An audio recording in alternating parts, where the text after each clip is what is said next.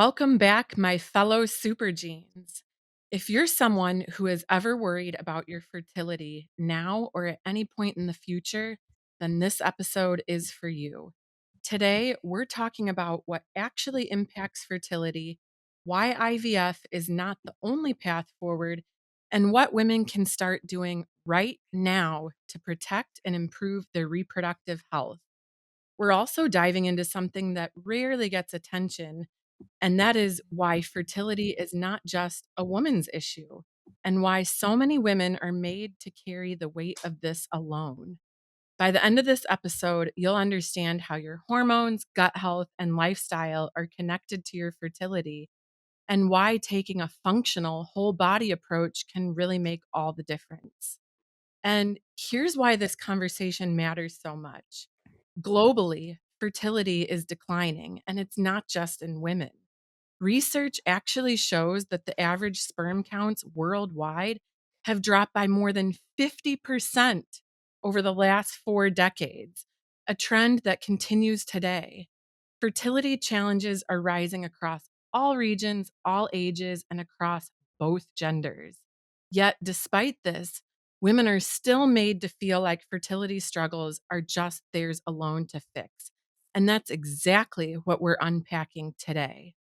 Today, I'm joined by Sandra Sharpe, who is a certified functional nutrition practitioner, prenatal nutrition specialist, and functional medicine health coach.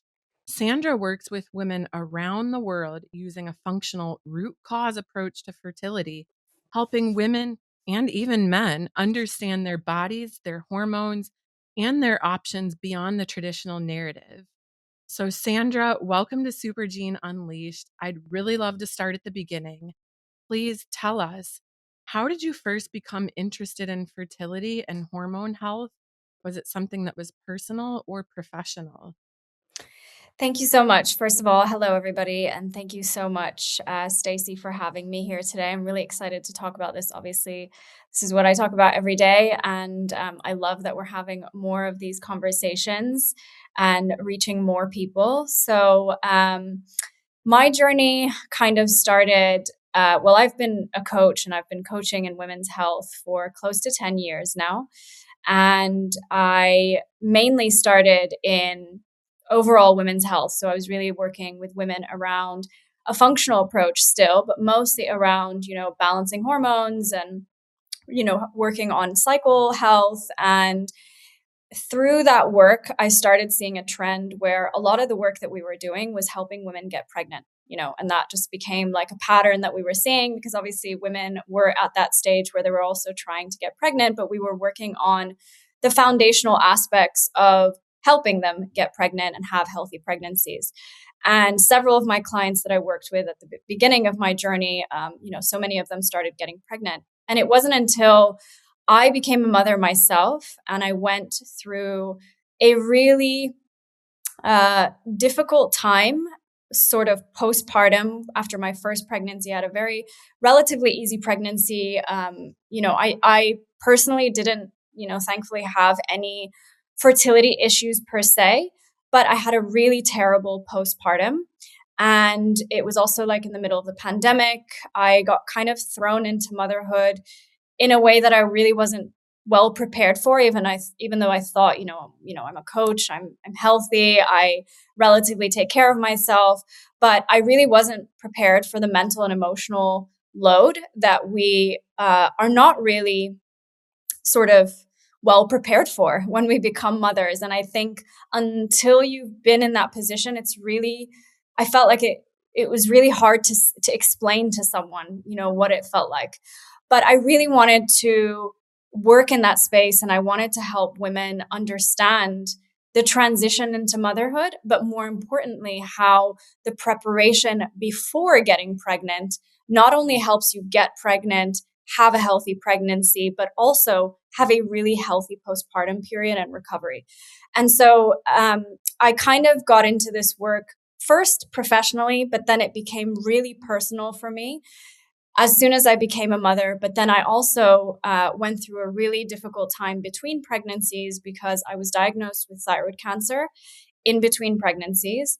And I also went through a miscarriage. So that sort of 2-year period or 3-year period between pregnancies was a really transformative time in my life, both personally and professionally, because it kind of opened my eyes to, okay, well, I'm someone who advocates all the time about health and taking care of your body and all these foundational things. And, I try to practice what I preach and all of that. But then I got diagnosed with cancer, and then I went through a miscarriage. And so I started doing a lot more deeper diving into my health, into the underlying chronic conditions that women go through. I've had a long-standing thyroid issue, and that was obviously, one of the things in between pregnancies that was something I really had to factor in and really hone in on. But also, there were so many other things around birth trauma and emotional healing and the fear around motherhood, because as much as we want and hope and wish to become mothers, for those of us that do want to become mothers, we also aren't prepared for the kind of catapult into that, into a whole different dynamic in your life, and really kind of like relearning who you are and this identity crisis that we kind of go through. And I truly feel like all of those things and my physical well-being were all kind of the thing that I would say was a big reason why I miscarried. And when I kind of sat back after that miscarriage, and I was very vocal about it on social media, I shared it. And I think that was also a turning point, because when I shared it and I was so vulnerable about it, the amount of messages I got thousands of women literally reaching out to me on all different platforms, telling me like, me too, this was my story, this was my story, this was my story. And I was like, wow, why aren't we talking about this? This is huge. And that was really a transformative period, like I said, because I realized how fragmented this, information around fertility and pregnancy and postpartum really was. And we weren't given the right information, conclusive information. And it was a section of women's health. Like, I feel like women's health in general is something that, again, there's not enough research. It's still, we're just starting to talk about, all the conditions that women go through, but even more so in the fertility space, because for such a vulnerable and sacred transition for a woman, we're barely scratching the surface. And like you said, the pressure that women feel to do it right and get it done in a certain time, and, all of these things, I think adds to the struggles. So it was kind of like this combination of things that happened professionally and personally that really made me feel like, okay, no, I want to pivot in my business. And I really want to hone in on supporting women and couples through this journey, because this is pivotal. And with the statistics that like you said, like the fertility crisis is getting worse and worse and worse, and it's projected to get even worse. So it's up to us to really shift our approach to fertility care and how we're educating both men and women around the responsibility of preconception care, because it's not just about getting pregnant and becoming parents. It's also about having healthier pregnancies, having healthier babies, and it's a very transgenerational approach to fertility and women's health. First of all, thank you so much for being so vulnerable with everybody and so open with your own journey. I certainly can understand that for many people, it can be difficult to talk about such hard times in life. So I really appreciate that you are so honest and open with the community about what you faced firsthand. And I think that that also lends so much credibility to you as a coach within this space, because you have had a front row seat to actually going through trials and tribulations in your own journey. And you touched on so many points that I really think are so important to this conversation that I just want to reiterate to everybody. And that is that, it's not just about having the baby, it's about having the healthy baby, a healthy pregnancy, but also that the woman is supported in the postpartum journey. And honestly, you struck a deep emotional chord with me, and I can immediately relate because the first time that I became a mother, it was an enormity of change for me to take on, and you're completely right that there's not so much out there in terms of support to prepare a woman for what that feels like physically, but more importantly, emotionally. And although someone can kind of recount what it is, until you go through it for yourself, it's really hard to understand that. And it is life changing. In fact, for the woman, I feel it's almost more intense than for a Mm. man Yeah. because your body has changed. If you're breastfeeding, or even if you're not breastfeeding, it can take a toll on you. And you feel so much inherent need to take care of the baby. When the baby is born, it's just biologically rooted in us. And it's so hard because you go from being an individual to all of a sudden having a baby completely reliant on you. And it is Yeah. really hard to adapt. So I want to shift gears a little bit more to your practice Yeah. because you brought up a lot of important points about taking that functional, holistic approach. And just in simple terms for the audience today, if they're not familiar with that, how can you explain what that means in terms of taking a functional, whole body approach to fertility? Right. So when we talk about functional fertility care, I I try to avoid using the word root cause so much because I feel like it's thrown around all the time now in the, health and wellness space. But it really is fertility essentially is it's an extension of your overall health, right? It is not a switch that you turn on when you're ready to have a baby. You're like, okay, now I'm going to turn my fertility on. That's not how it works. It's obviously a an extension of our overall health. And we as women, obviously, we are biologically made and designed to reproduce. Whether you want children or not, your body is trying to get pregnant every single month, right?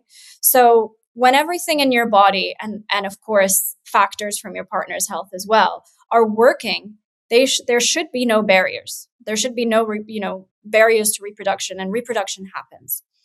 But we often also underestimate or not, we don't pay attention, or we don't kind of grasp the idea that fertility happens when your body is safe, when your body is well fed, when your body is, when your metabolic health is optimal, when your ovulation is regular, when your immune system is robust and healthy and can support implantation. When you have enough energy, because pregnancy and conception, they depend on a lot of energy availability, and a lot of women are depleted nowadays.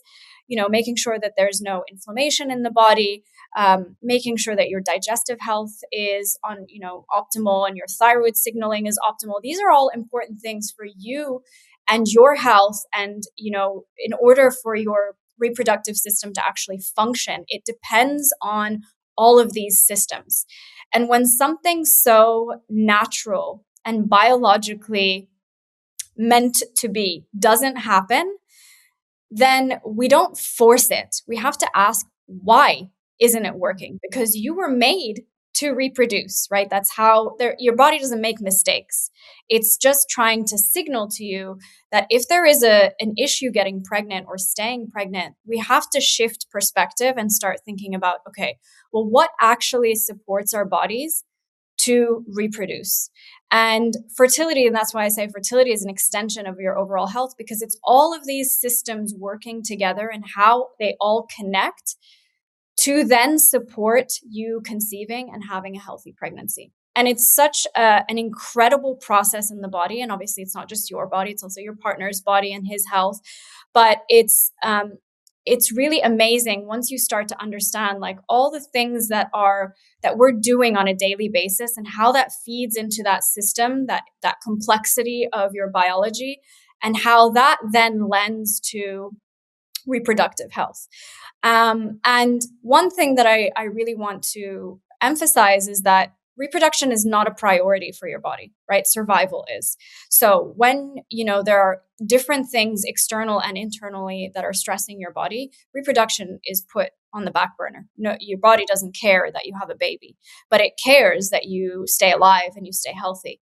So I think we also need to understand that because you're not, because you're having issues getting pregnant, it's not because your body's broken or there's a problem with it. It's actually a message to you to sit down and kind of like take inventory, okay, of what's happening, and to get that support where someone can literally look at your health history, look at your labs in context, and say, okay, now I can understand why there's different factors or why these different factors are impacting your fertility and why it's taking so long to get pregnant, or why you're not staying pregnant, or why you're having complications in your pregnancies, or whatever it is. So that's where functional fertility really shines, because it's not about taking over or overshadowing the medical system. That's not what we're trying to do. What we're trying to do is we're trying to marry both together. And functional fertility, or the approach from a functional perspective, is really to fill in the gaps where conventional care has kind of fallen short. And we see a pattern over and over again where women and couples are being told that, they have unexplained infertility, that there's no hope for them, that they just need to go straight to IVF. And they're just being fear-mongered. They are, given no hope, no reassurance, no clarity, no answers to something that is so biologically natural, right? So this is, again, where functional fertility really shines, because what we do is we look at the same blood work, but we look at way more comprehensive lab work. We look at numbers from an optimal perspective versus a normal perspective, which is what conventional medicine does. And we can dive into all of these in more detail if you want. But we also look at functional testing. So functional testing goes like way deeper into how your body's actually functioning. So we look at things like stool analyses to check your gut microbiome. We look at comprehensive, saliva and urine panels that go into a really, detailed look into your hormones and your hormone metabolites and how your body's actually using hormones and metabolizing hormones. And we look at, things like your vaginal microbiome, your endometrial microbiome. We look at mycotoxin tests. So there's a huge variety of different functional tests that we work with clients, depending on their case and depending on where they are in their journey. And then I think one of the most important differentiating factors between functional fertility and the approach to conventional is that we can absolutely support you through things like IVF, but we would never promote that as the only option, because IVF is a tool and it's a great option and it helps so many women and couples who really need it. But I feel like it is so prematurely pushed onto couples when they absolutely can get pregnant naturally. It's just about sitting down with them and zooming out and understanding what's actually going on underneath the surface.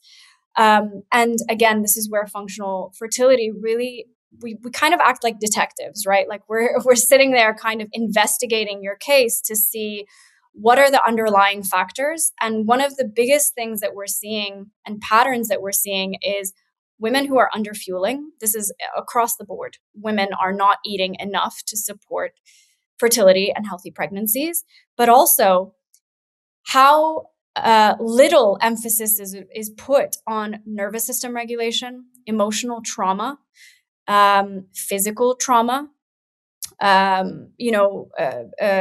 traumas. Like there's a wide range of emotional and mental barriers, even the things like just fear of pregnancy, fear of how your body's going to change, fear of motherhood, fear of the unknown. Like that is a huge topic in and of itself, where when you actually sit with a client and you start asking them questions, all of these, it's like peeling the onion layer, and we get more and more insight into these mental and emotional barriers that either the system has created for them or they've created for themselves. And this is a huge piece of our work that I feel truly shifts the needle in fertility success and the success of our clients in my practice. Yeah, it definitely sounds like there are so many aspects that you take into consideration. And one of the things that you said really struck a chord with me, and that was about unexplained infertility. Hmm. And I know people in my circle where they have been told that. I can actually think of somebody in my circle that I know that was told that, and she believes that she, had to go through IVF. But generally speaking, I feel like so many people around me that have gotten pregnant, they have gone the IVF route, and they were pretty much told that you need to immediately go the IVF route. So that's what I wanna ask you next is, first of all, like, is it true that women can just have, infertility that is unexplainable? And then secondly, what are the most common misconceptions and that women have about fertility when they come to you? And, just generally, why do you think that this whole label can be so misleading? Because you gave a really scientific and, biological explanation about human species and how we're Yeah, designed to procreate.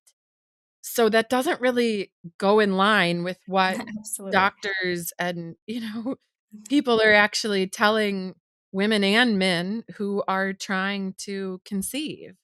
Absolutely. I think it is a really frustrating um, diagnosis. It's also a rubbish diagnosis because it's lazy medicine. There, unexplained infertility. It's never unexplained. It's just literally unexplored. You haven't asked the right questions. You haven't done enough research or gotten enough data or gotten enough lab work. You haven't dug deeper to figure out what's going on. And I like 9 times out of 10, this is what I hear from clients. They've been told it's the same pattern.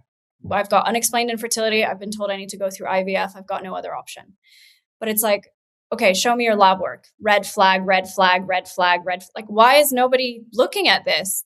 And the problem is that there's also, issues with the conventional system where the ranges for lab work are really wide. So unless you're sick enough to treat, they don't pay attention to it, right?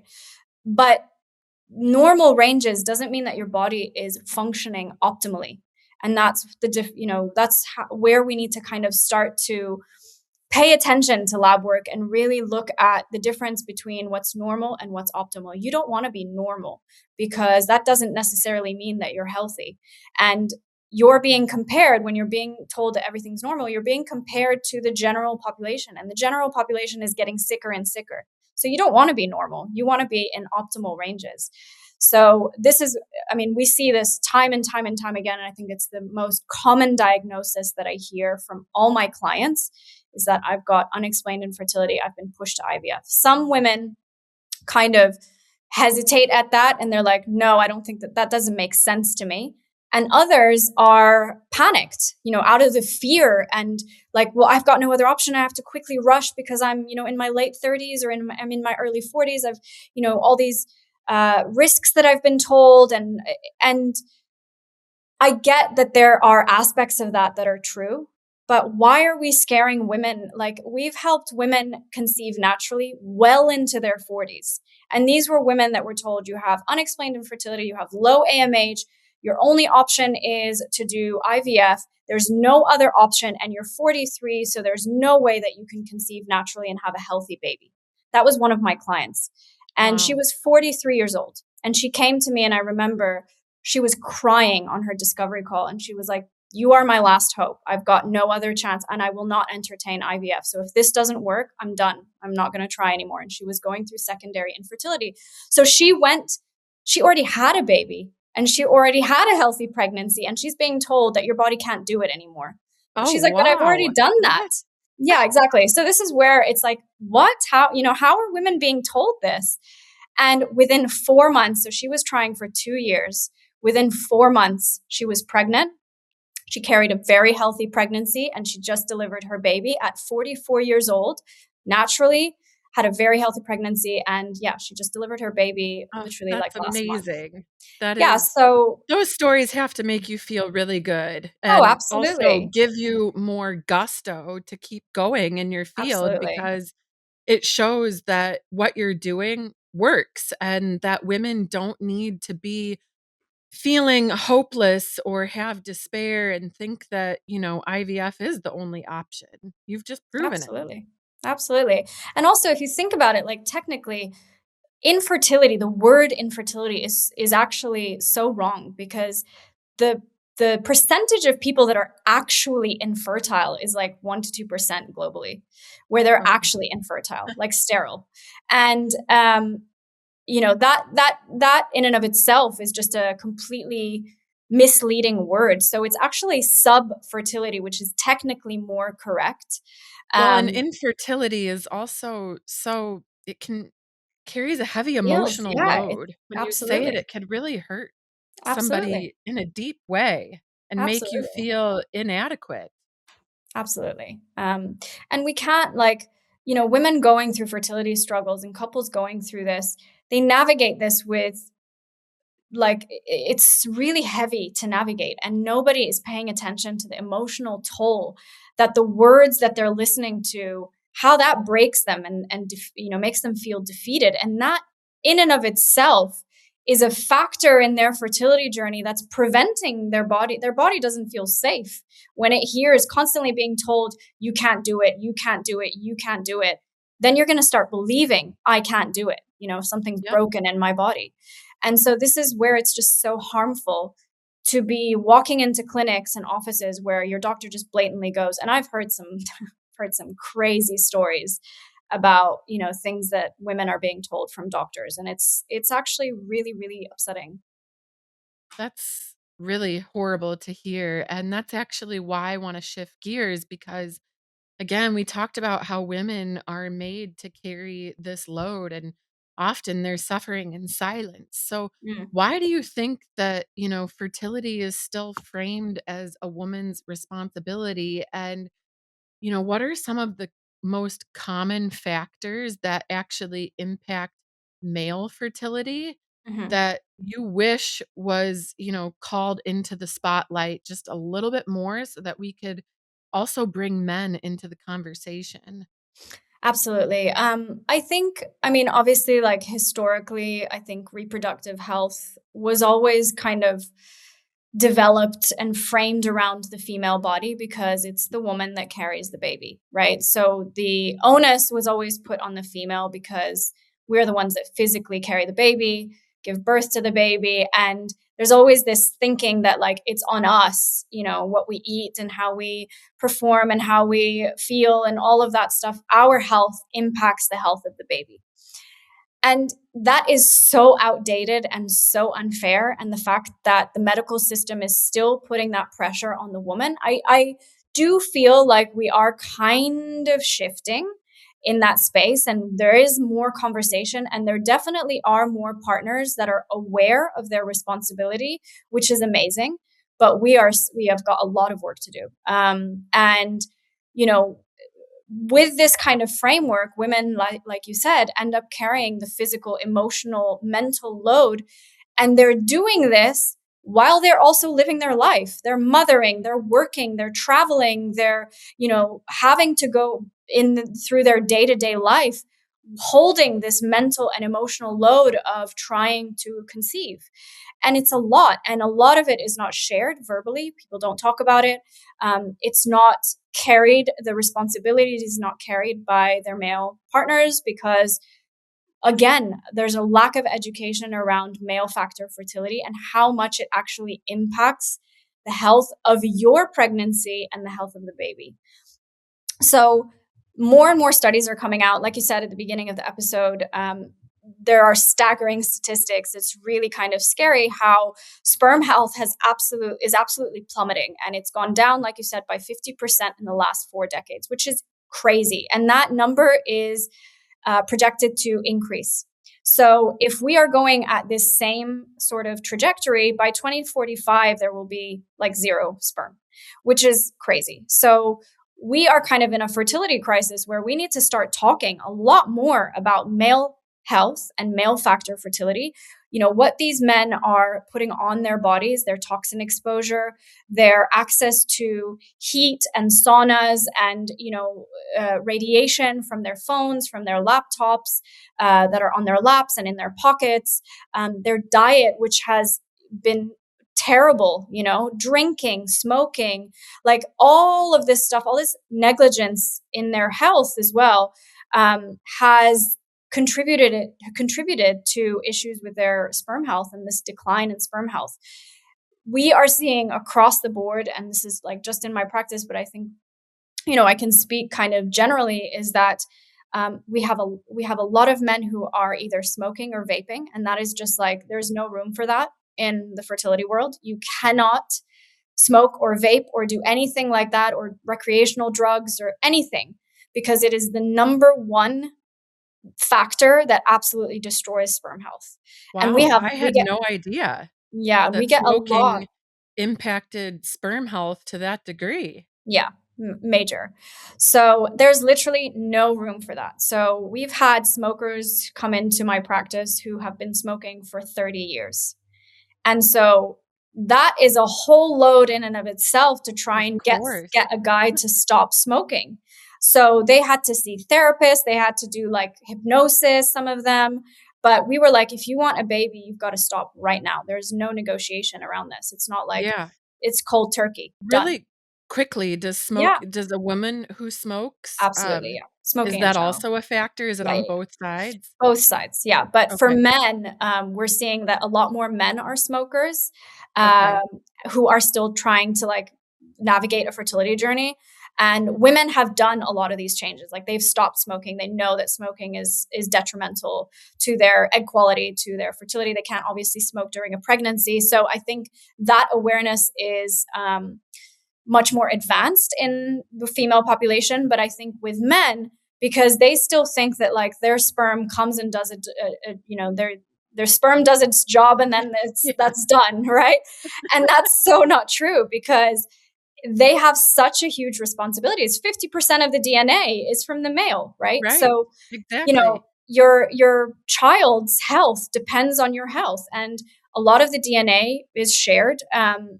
Is obviously passed down to the baby, but also there are so many studies now that show that the health of their sperm will impact the health of a woman's placenta, the health of her pregnancy, and the rate of how she miscarries. So the sperm health can actually impact how much a woman miscarries as well.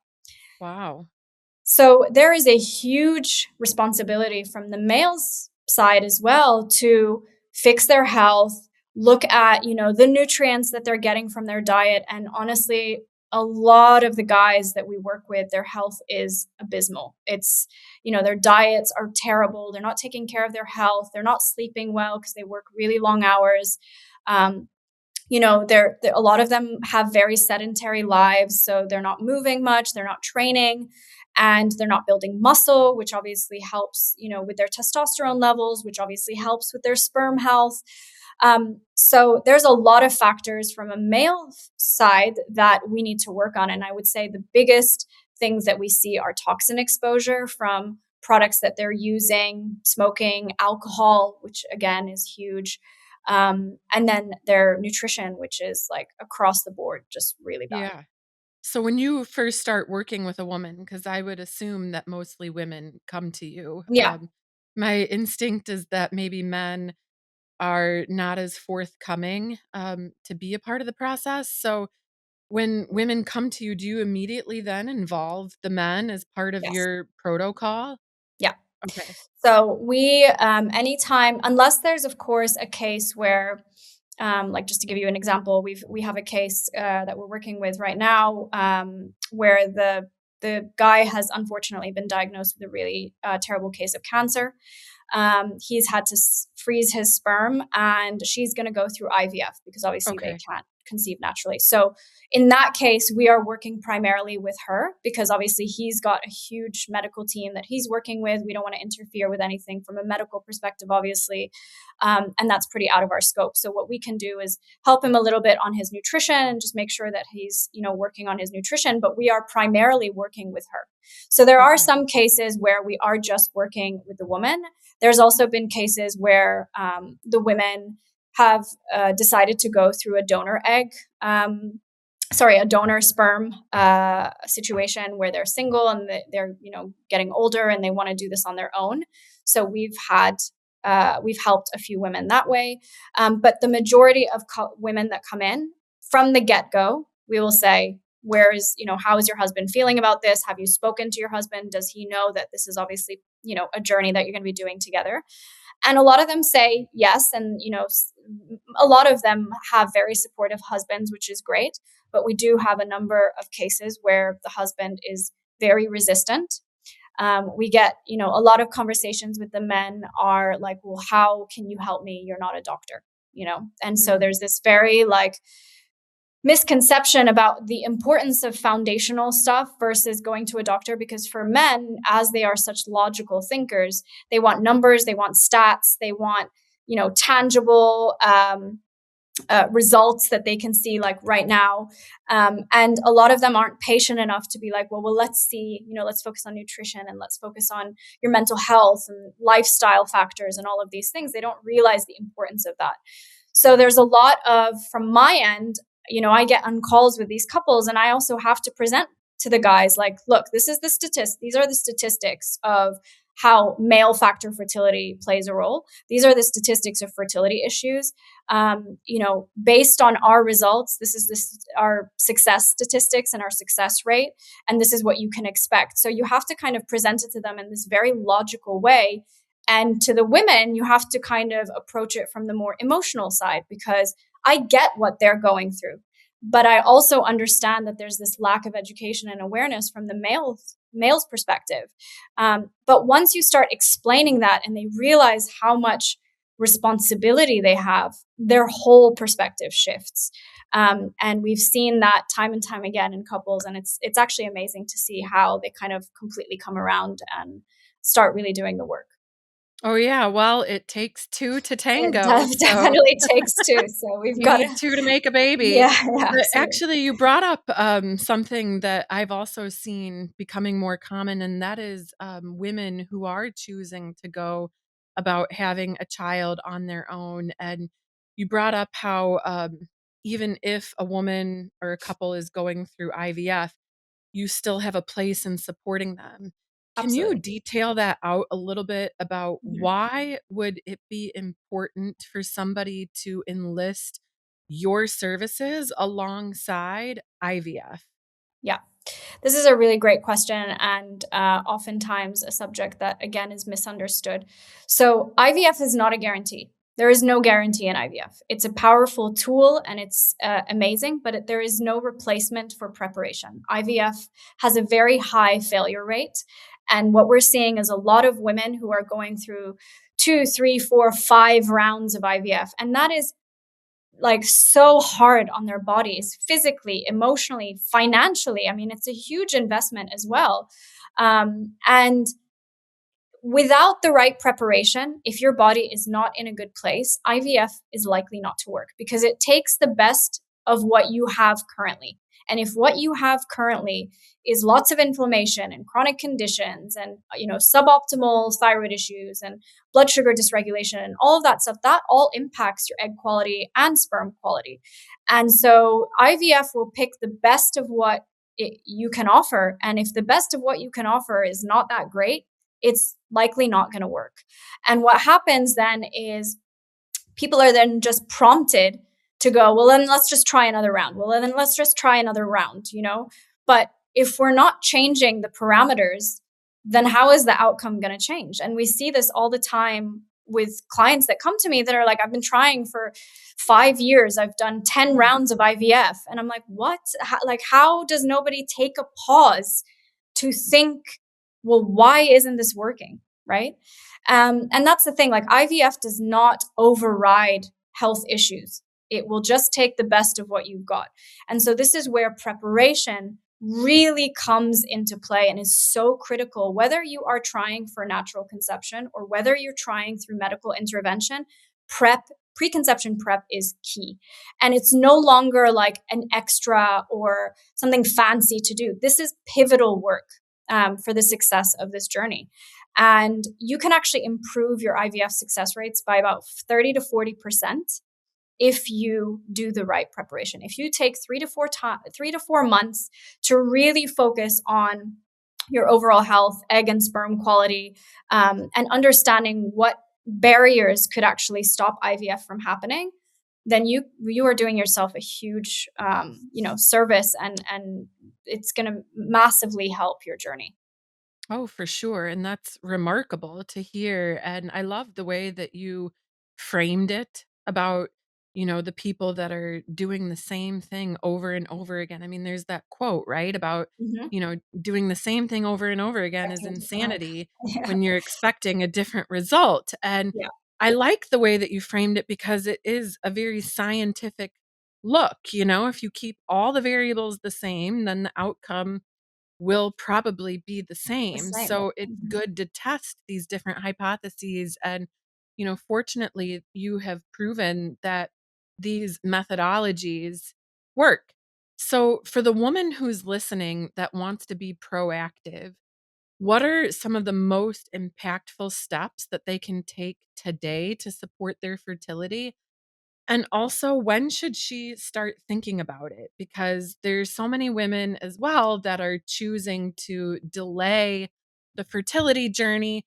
There are women who, I've come across that have waited until they were 40 to freeze their eggs Mhm. and wish that they had done it sooner. So, if you can just share a little bit of wisdom with the audience about, what they can do to be proactive about it, as well as when they should start thinking about it, that would Yeah. be great. So, in terms of when to start thinking about it, I think much earlier than we are taught to think about it. Ideally in your 20s and early 30s. And that doesn't necessarily mean like I want to have a baby next year, but it's how are you taking steps right now to preserve and improve your fertility, and so that you are in a really good place when you do decide to get pregnant. Because that the years of prep that you do, in your 20s and 30s are going to impact your fertility journey. And you can start as early as you want by focusing on your hormone health, by focusing on these systems that I talk about. Are you ovulating regularly? Are you paying attention to the signs that your body is giving you? Do you have painful cycles, or do you have, really heavy periods where you're clotting, or are you spotting between cycles? And I think the best place to start is your cycle, because that is literally like your monthly report card for any woman to be able to say, okay, no, that's not really, that can't be normal. So what is actually going on underneath the surface to see what's impacting my cycle, what's impacting my ovulation? Am I regularly having an ovulatory cycle? If you're on birth control, like, find other ways, because you've obviously suppressed your hormone signaling for years. So, are there other methods of contraception that you can use that are not going to be shutting down your system that you might want to consider? And if you are going to get on off birth control, do you have a plan of what that looks like? Because coming off birth control after years of being on it, you need a little bit of support and, a protocol to help support your body, because it will go through changes. And it's not just like what the conventional system says, where it's like, oh, when you're ready, just get off birth control and start trying. No, because you're going to have a whole cascade of symptoms after you've shut down your system for so many years, that you need to then like awaken your body and kind of train it again to have these hormonal fluctuations and have that healthy hormone signaling, and see how your body reacts to those changes. So the earlier that you can start, the better. Um, on the subject of egg freezing, it's really, case by case. I don't think egg freezing is for everybody, and I think that Again, the earlier that you can start with egg freezing, if you feel like you want to delay having children and you know that that's the case, or there are certain factors in your life where you want to have like a backup plan, I think that that's great. But I think also really doing your research and again, preparing your body for egg freezing, because you need to prepare your body to make sure that you get the best possible outcome. Because I see it all the time. Women just go into egg freezing without the right preparation, and then they're disappointed with the results, and they have to go through it again and again. It's a toll on the body. So the more prep that we can do and the more foundational elements that we can take care of in our health, the better.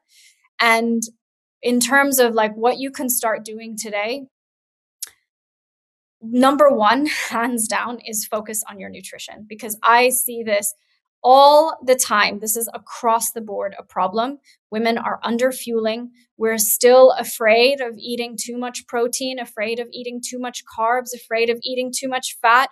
And this like constant nutrition noise on social media and, well, she does it, must be good for me kind of thing.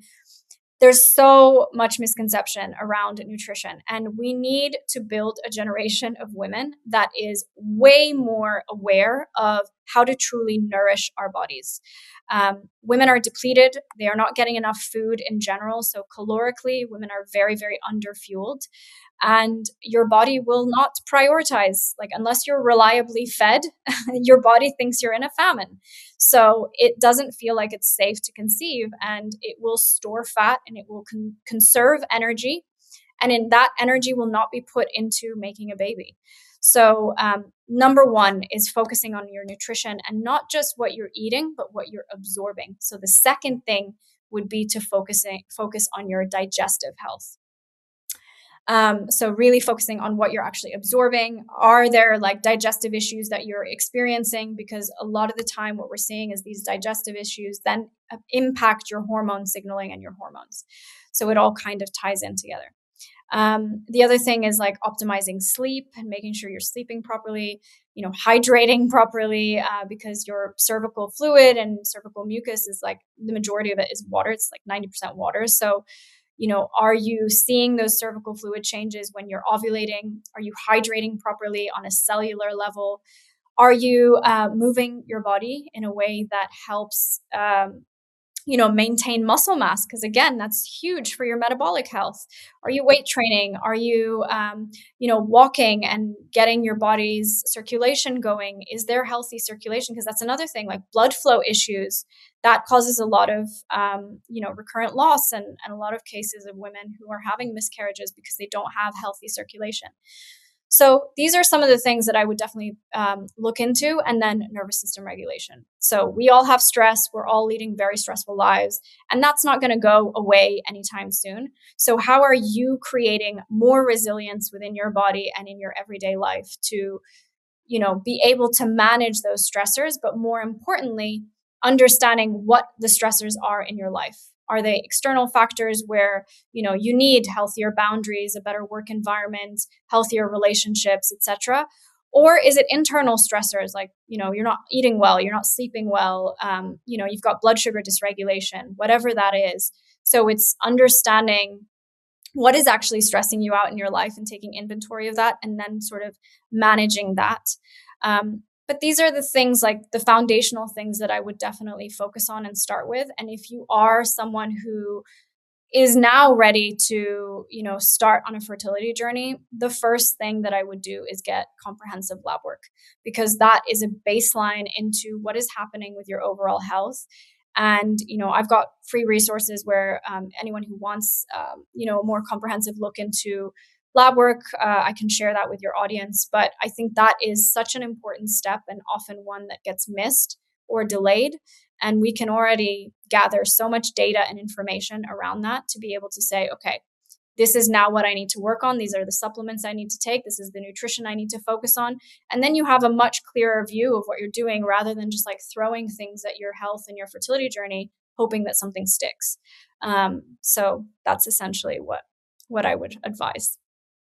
That's all extremely helpful, but furthermore, it's so eye-opening, because there's just so many things that I think people don't think about when they think, "Oh, I need to get healthier." A lot of people default to just food alone, but one of the, things that you mentioned was sleep, and I think Mhm. that that's often so overlooked is how much Absolutely. sleep, plays a factor. So I just wanna thank you so much for coming on today because you Of have course. really shared so much valuable information. Before we go, I just wanna ask if there's one mindset shift you wish every woman could walk away with after hearing this conversation, what would it be, and what would you want women to know about their bodies that nobody is telling them?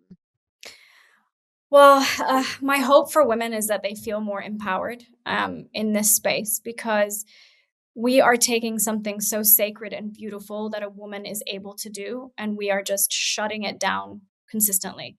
And it really takes that power away from a woman to be able, like, we have the power to create and nurture and transform and change and do all of these amazing things and bring life into this world. And that's beautiful. And to have someone tell you you can't do it, and your body is broken and there's something wrong with you, that's so disempowering. So I want women to walk away from information like this and be able to truly advocate for themselves, but more importantly, to stop blaming themselves, because it is not their fault. It's just that they haven't had the care and the support to listen to them and to be able to look at things from a different perspective. And I want women to kind of regain that trust in themselves and listen to their intuition and feel more empowered about their bodies and their health and know that they can do something that is so innately natural. I truly love that and couldn't agree more, and I really hope that everybody listening today really understands that this is a true reminder that fertility is not a verdict and it's a conversation with your body, and that you have power and you can do things to change the diagnosis. So Sandra, before we go, first of all, thank you again for Thank helping you. men and women everywhere within this important and beautiful phase of life, as you so rightfully said. Please just tell everybody the best way that they can get in touch with you.